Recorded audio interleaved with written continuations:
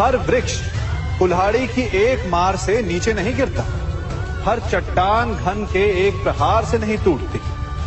सफलता पाने के लिए अनावरत परिश्रम करना ही मात्र एक मार्ग है।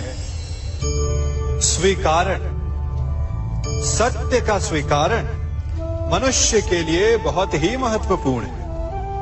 जब तक मनुष्य सत्य को स्वीकार नहीं करता, उसे असत्य से लड़ने